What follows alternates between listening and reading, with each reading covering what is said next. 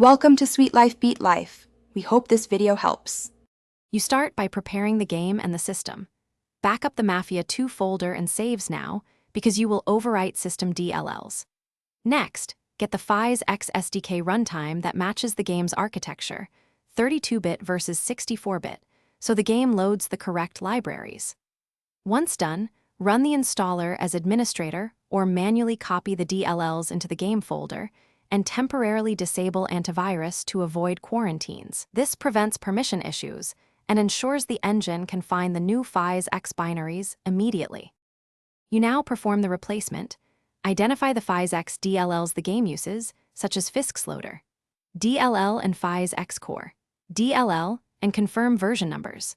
Copy matching files into the Mafia II executable directory and overwrite the originals only after your backup is secure.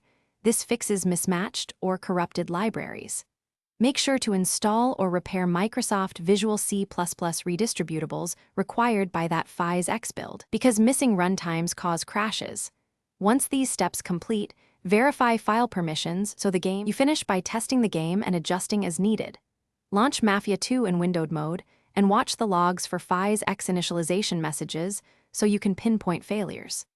If you still see errors or instability, try a nearby PhysX version while keeping a rollback copy, because some builds are more compatible with certain game patches. If crashes continue, run system file checks like sfc/scano and reinstall PhysX runtimes. And finally, inspect antivirus logs.